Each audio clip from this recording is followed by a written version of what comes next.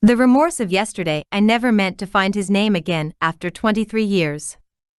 It appeared innocently enough. A simple Facebook suggestion while I was mindlessly scrolling during my lunch break. People you may know, Daniel Mercer. The profile picture was too small to make out clearly, but something about the silhouette against a sunset backdrop made my heart quicken. I closed the app immediately, setting my phone face down on my desk as if it had suddenly grown hot to the touch. For the rest of that afternoon, I couldn't focus on a single spreadsheet. My mind kept drifting back to 1998, to the small coastal town of Port Arbor, to the summer that changed everything and the autumn that ended it all. My name is Elizabeth Wells, though back then I was just Lizzie Porter, 24 and determined to make something of myself. I'd moved to Port Arbor for what was supposed to be a temporary position at the local newspaper, covering community events and human interest stories. It wasn't the Boston Globe, but it was a start, and the quaint seaside town with its fisherman's wharf and Victorian homes painted in fading pastels seemed like the perfect place to build my portfolio before moving on to bigger things. I'd been in town just 3 weeks when I met Daniel. He was photographing the annual Harbor Festival for the same newspaper. While I was busy interviewing local artisans about their craft booths, he was capturing the way the late June light played across the water, turning ordinary fishing boats into something almost magical. "You're new," he said, lowering his camera when he caught me watching him. His eyes were the precise color of weathered sea glass, and when he smiled, tiny lines appeared at their corners. "That obvious, huh?" I replied, suddenly conscious of my crisp notepad and city shoes. "Port Arbor has a way of recognizing its own," he said. "And you don't quite fit yet. But give it time." I didn't tell him then that I had no intention of giving it time. Port Arbor was a stepping stone, nothing more. We ended up sharing a bench along the wharf, eating fried clams from paper cones and comparing notes about the festival. Daniel was 32, born and raised in Port Arbor. He'd left once for college in Boston, studied photography, and even landed an internship at a prestigious studio. But when his father died suddenly during his senior year, he returned to help his mother manage the family bookstore. Temporarily, he'd thought at the time. "That was 8 years ago," he said, tossing a piece of clam batter to the gulls. "Temporary has a way of becoming permanent around here." "Not for me," I insisted. "I have a 5-year plan that doesn't include selling seashell crafts to tourists." He laughed at a genuine, unrestrained sound that made me smile despite myself. "We'll see." It started simply enough. Coffee at the local cafe. Him showing me all the hidden spots that tourists never found, the tidal pools beneath the northern cliffs, the abandoned lighthouse keeper's cottage with windows still intact, the secret beach accessible only by a narrow path through dense pines. By mid-July, we were spending every free moment together. My tiny apartment above the hardware store began filling with his photographs. Moody black and whites of the harbor at dawn, vibrant captures of fishing boats returning at sunset, intimate portraits of weathered locals whose faces told stories of generations spent battling the sea. "You make this place look beautiful," I told him one evening as we spread his latest prints across my kitchen table. "It is beautiful," he replied. "You just have to slow down enough to see it." And perhaps that was the problem. I never intended to slow down. I had deadlines and goals and a life plan that unfolded far beyond Port Arbor's sheltered bay. Still, something was happening to me that summer. I found myself lingering over interviews with local fishermen, fascinated by their stories. I started walking barefoot along the beach during lunch breaks. I began recognizing regulars at the coffee shop, memorizing their orders, becoming part of the invisible fabric of daily life. And Daniel. Daniel was changing me in ways I hadn't anticipated. He moved through the world with a quiet certainty, finding beauty in the ordinary. His camera caught moments most people missed, an elderly couple holding weathered hands on a park bench, a child's expression of wonder at finding a perfect sand dollar, the precise moment a wave crested against the rocks. "You don't take pictures," I observed once. "You receive them." His smile that day is something I've carried with me for 23 years. By August, I knew I was in love with him. We never formally acknowledged it, but it lived in the spaces between us, in the way his hand found mine during walks along the shore, in the quiet moments of dawn when I would wake to find him already watching me, in the easy silence we could share while he developed photos and I drafted articles.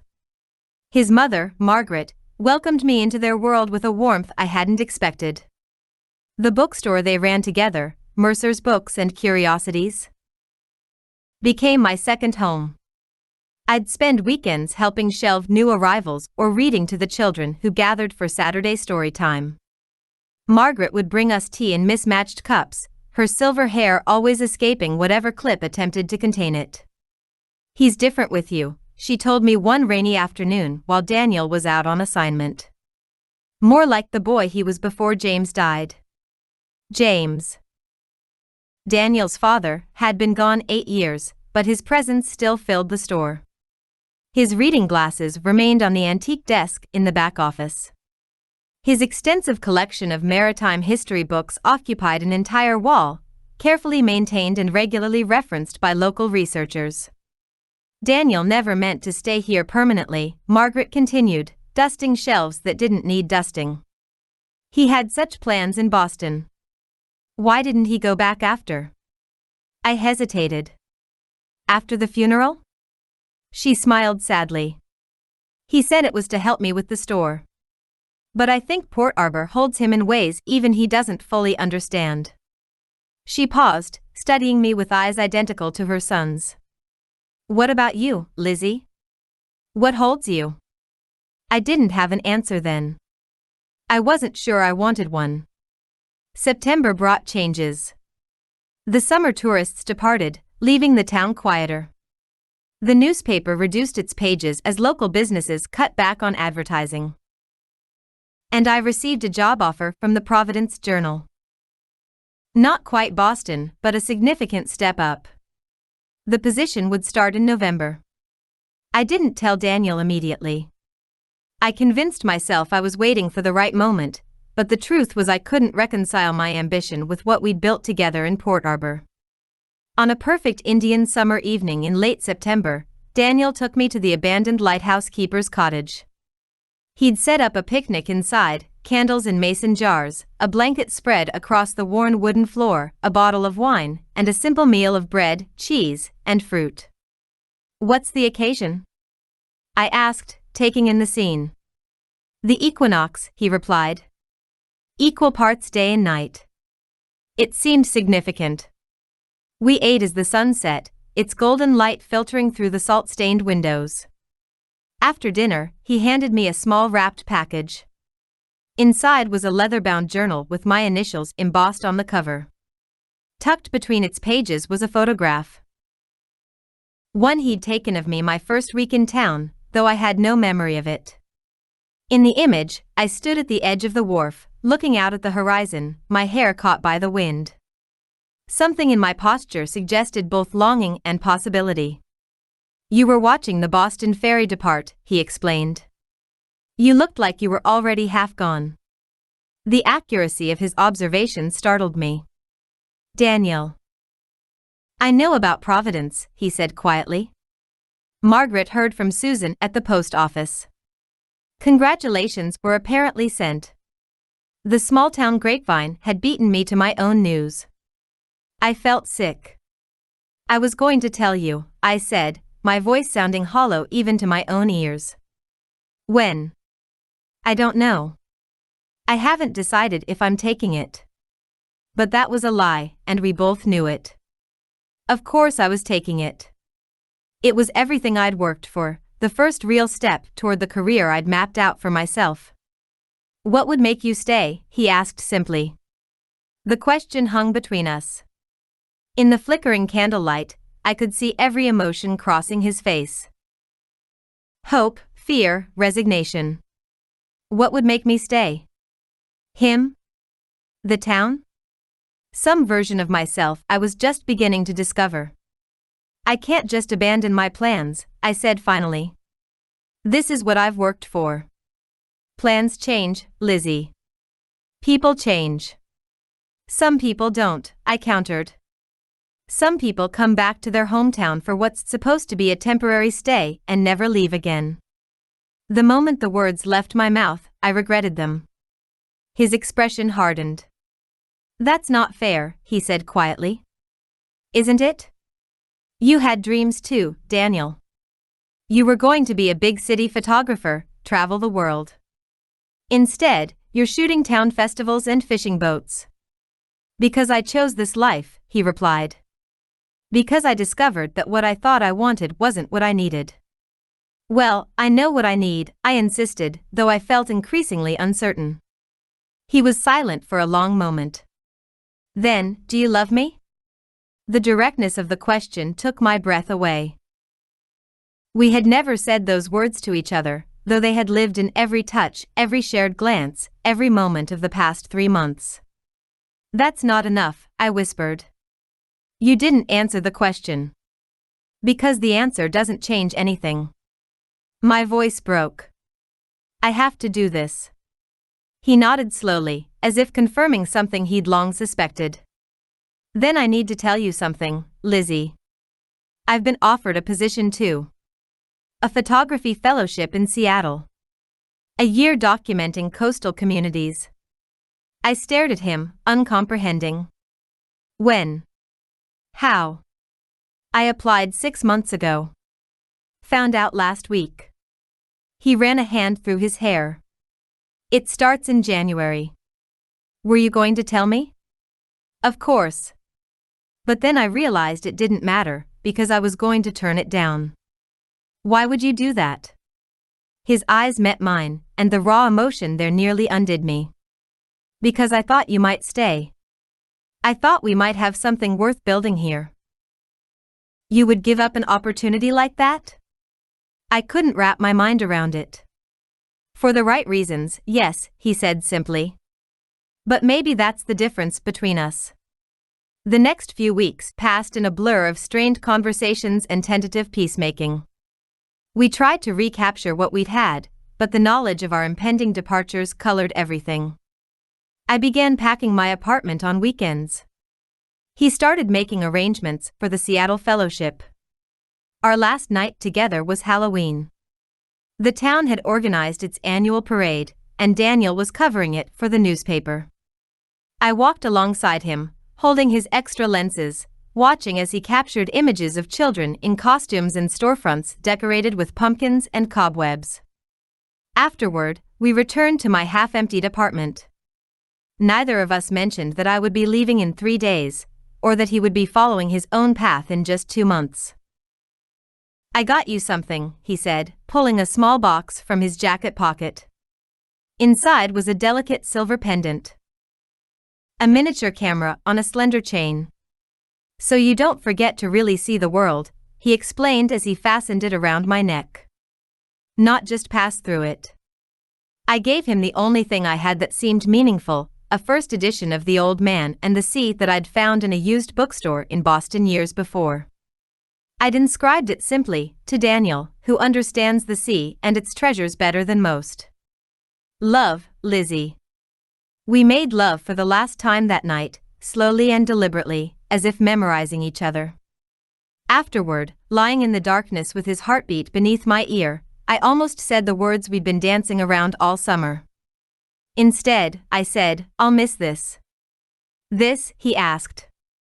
Or me. Both, I whispered. Everything. He was gone when I woke the next morning. On the pillow where his head should have been, he'd left a photograph. The two of us at the Harbor Festival where we'd first met, caught in profile by a passing tourist who'd offered to take our picture. We were looking at each other, not the camera, both of us laughing at some forgotten joke. On the back, he'd written, "Some versions of temporary are worth remembering." I left Port Arbor on schedule. The Providence Journal was everything I'd hoped for. Challenging, fast-paced, full of opportunity. Within 3 years, I'd moved on to Boston, just as I'd planned. I married Thomas Wells, a thoughtful attorney who gave me space for my career and never questioned my occasional melancholy. We had a daughter, Sophie, now 19 and studying journalism at Northwestern. From the outside, my life followed the exact trajectory I'd mapped out that summer in Port Arbor. But parallel to that visible life ran another, invisible one. A life of what-ifs that visited me in quiet moments. What if I'd stayed? What if I'd recognized that what was growing between Daniel and me was rarer than any career advancement? What if I'd been brave enough to change course? I kept track of him, of course. Social media made that easy enough. I knew he'd gone to Seattle for the fellowship. That had stretched into 3 years of work documenting Indigenous coastal communities. His photographs appeared in National Geographic, The New Yorker, prestigious galleries. He'd married too. A marine biologist named Elaine. They had twin boys. And eventually, like a story coming full circle, he returned to Port Arbor. Margaret had fallen ill, she recovered, thankfully, and the bookstore needed tending. Only this time, he brought his family with him, incorporating his internationally acclaimed photography studio into the shop, renaming it Mercer's Books and Images. I never returned to Port Arbor. I told myself it was because I was too busy, because the small coastal town held nothing for me now. The truth was far more complicated. Over the years, I wore out the binding of the journal he gave me. I never wrote in it. Couldn't bear to mar its pages with words that would inevitably fall short. Instead, I kept it as a talisman, a reminder of the person I had almost become. The camera pendant remained in my jewelry box, unworn but untarnished. Thomas asked about it once. I told him it was a souvenir from an assignment. Not exactly a lie, but nowhere near the truth. Now, 23 years later, people you may know, Daniel Mercer blinked up at me from my phone screen, an algorithm's casual suggestion that felt like the universe's deliberate intervention. My mouse hovered over his name for what felt like hours. His profile was public. I could see glimpses of his life without announcing my presence. The bookstore appeared to be thriving. His photography had only improved with time. His sons were tall young men now, one studying marine biology like his mother, the other pursuing film. And then I saw it, a post from just 2 weeks ago. After 20 wonderful years, Elena and I have decided to take separate paths. The decision is mutual and amicable. She's accepted a research position in Australia that's been her dream for years, and I'll be remaining in Port Arbor with the store. We'll always be family and continue to co-parent our amazing sons. Please respect our privacy during this transition. My heart raced as I read the words again. What was this feeling? Not happiness at someone else's pain. I wasn't that person. Relief? Possibility? Regret intensified to an almost unbearable degree? Before I could talk myself out of it, I clicked Add Friend. Then immediately panicked and closed the browser. For days afterward, I checked obsessively for notification of his response. Nothing came. Perhaps he hadn't seen it. Perhaps he'd ignored it. Perhaps he'd forgotten me entirely. A week later, my phone pinged with a Facebook notification. Daniel Mercer has accepted your friend request. And then, moments later, a private message, Lizzie Porter Wells. Some versions of temporary really do stay with you. How have you been?